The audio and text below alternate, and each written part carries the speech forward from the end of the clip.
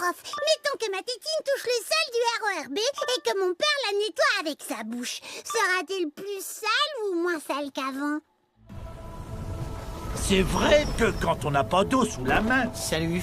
Oh, c'est bien par là, Arrakis. Mais c'est quoi cette tête? Pour nettoyer des trucs, on utilise tous instinctivement ce liquide dont on produit environ 1,5 litre par jour. Bouge pas. La salive. Ouais, c'est dégueulasse. Scientifiquement, c'est pas bête du tout, car la salive contient une enzyme, une de celles qu'on trouve sous forme de détergent dans la lessive. Je vous présente le plexiglas. C'est Otto Röhm, inventeur du plexiglas, qui a eu l'idée en 1913 d'utiliser des enzymes pour nettoyer. La lessive, c'est un tiers d'enzymes qui cassent les sucres, un tiers qui s'occupe du gras et un dernier tiers des protéines. Qu'on se le dise, la lessive, ça n'est qu'un tube digestif en bouteille. C'est justement l'enzyme qui casse l'amidon en sucre que contient notre salive. Le corps du Christ. Ça s'appelle l'amylase. C'est elle aussi qui permet aux cathos de faire fondre une hostie dans leur bouche discretos, sans la mâcher comme un crève-la-faim. Mâcher, c'est péché. Et me séquestrer, c'est pas péché, ça? La salive contient aussi 278 souches de bactéries. Des études récentes ont prouvé que la salive des parents sur la tétine de leur enfant le rend moins sujet à l'asthme, à l'eczéma et aux allergies. Par contre, elle peut lui refiler des virus, comme l'herpès. En vérité, personne n'aime qu'on le barbouille avec la salive d'un autre. Oh, si c'est offert de bon cœur. Quand même, la salive séchée schlingue un max. En elle-même, la salive ne sent rien, contrairement aux bactéries qu'elle contient et qui crachent des odeurs de sulfure. Malgré ce petit inconvénient, la science valide cette méthode éco-friendly. Ouh, mec, il est sale. Ah là là, mais lâche-moi, toi. C'est tellement efficace que d'après une étude, beaucoup de restaurateurs de tableaux avouent utiliser leur salive pour nettoyer les œuvres. Merde. Enfin, à condition d'y aller mollo. Si vous voulez savoir si la transpiration fait un bon lave-vitre ou le sébum un bon vernis, alors tapez Tu mourras moins bête sur arte.tv. Avec ça, c'est sûr, vous mourrez moins bête. Mais bon, vous mourrez quand même. Cher prof, je suis confiné avec 2 adultes, 2 enfants et 2 ados. Ici, ça cocotte. Pourquoi les humains suent-ils autant alors que moi je sens si beau? Quand il sera temps d'évacuer la Terre, les animaux mériteront plus que l'humain d'être sauvés. Prenez-nous! La plupart des mammifères ont la décence de transpirer sous les pattes. Trop digne. Ou de se ventiler par la bouche ou les oreilles. Trop mimi. Prenez-nous. On est les êtres les plus intelligents de la Terre. Oh non. Oh, ça pique. Et oui, on est les mammifères les plus juteux. Jusqu'à 3 litres par heure. 3 litres? Mais elle vient d'où, toute cette eau qu'on transpire? La transpiration, c'est pas de l'eau, c'est du sang. Le sang, c'est comme la vinaigrette. Le mélange d'un liquide, le plasma, et des trucs en suspension. Globules blancs, rouges, etc. En cas de chaleur, l'adrénaline ordonne aux glandes sudoripares de n'aspirer que le plasma à travers les tissus et d'évacuer une petite goutte chaude. Sans odeur. Jusqu'à ce que les bactéries qui vivent sur notre peau ne tombent dessus, assoiffées. Ce sont elles qui rejettent la fameuse odeur de transpi, qui varie en fonction du type de bactérie, qui lui-même varie selon les gens, leur santé, alors et leur âge. En 2018, des chercheurs ont constaté que l'enfant ne sent pas trop sous les bras. Mais Il sent de la nuque. Ok, je note. L'enfant sent de la nuque. la nuque. L'enfant sue des glandes dites écrines. Mais celles-ci mettent 2 ans à mûrir. C'est pour ça qu'avant, un bébé qui a chaud devient tout rouge et sue du torse et de la tête. C'est la Côte d'Azur des bactéries, type Staphylococcus hominis, qui sécrètent une odeur soufrée. À l'adolescence, s'activent les glandes apocrines. Leur transpi attire d'autres populations de bactéries, dont la plus odorante, les staphylocoques épidermidis. Ok, boomer.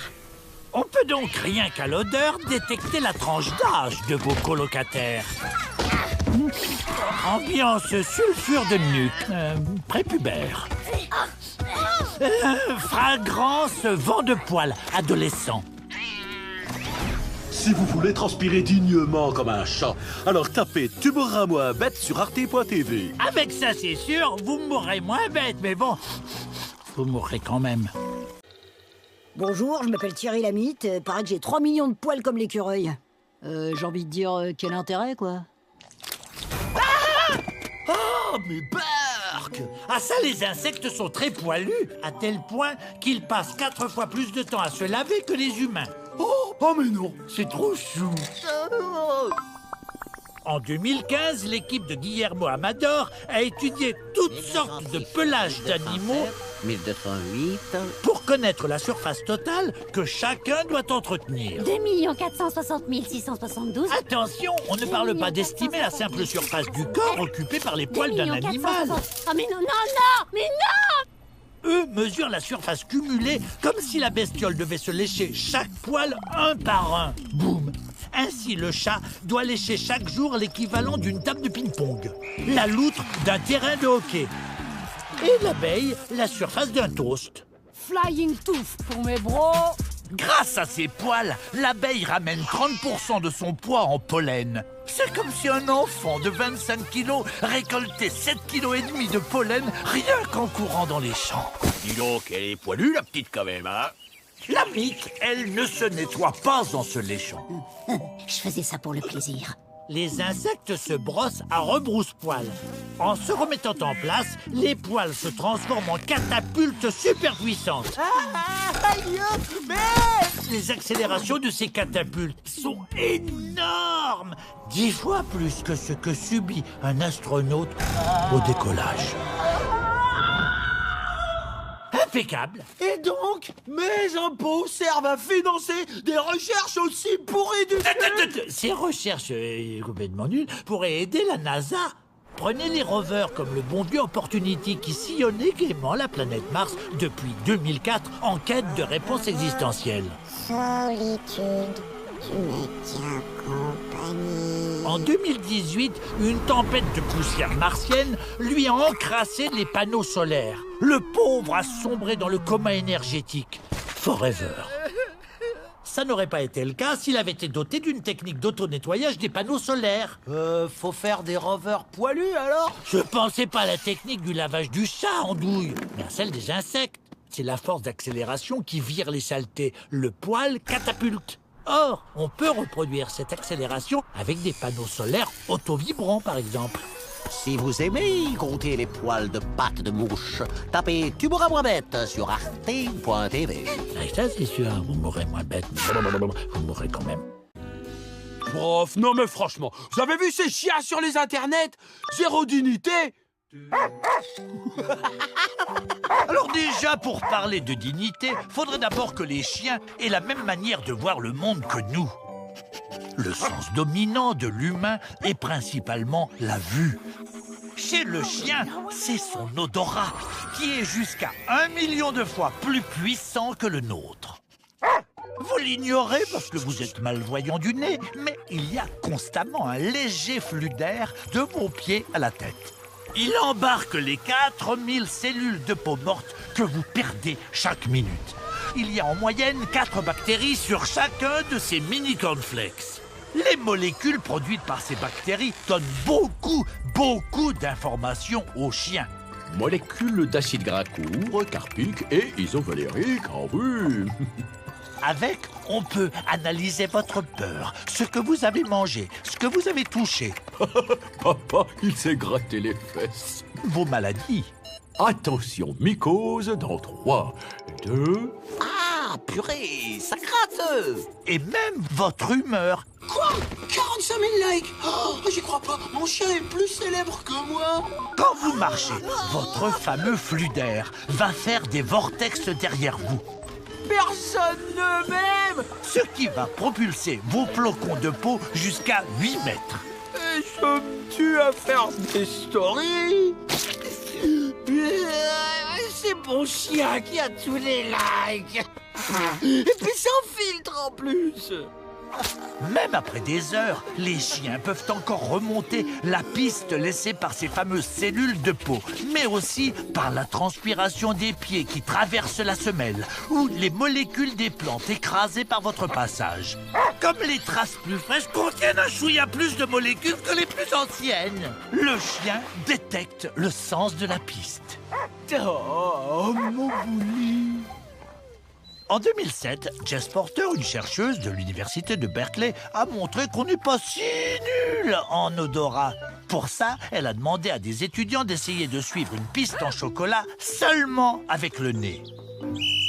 Cherche, Natou, cherche. C'est bien ça. Eh ben, figurez-vous que l'humain peut pister, surtout s'il est prêt à perdre toute sa dignité.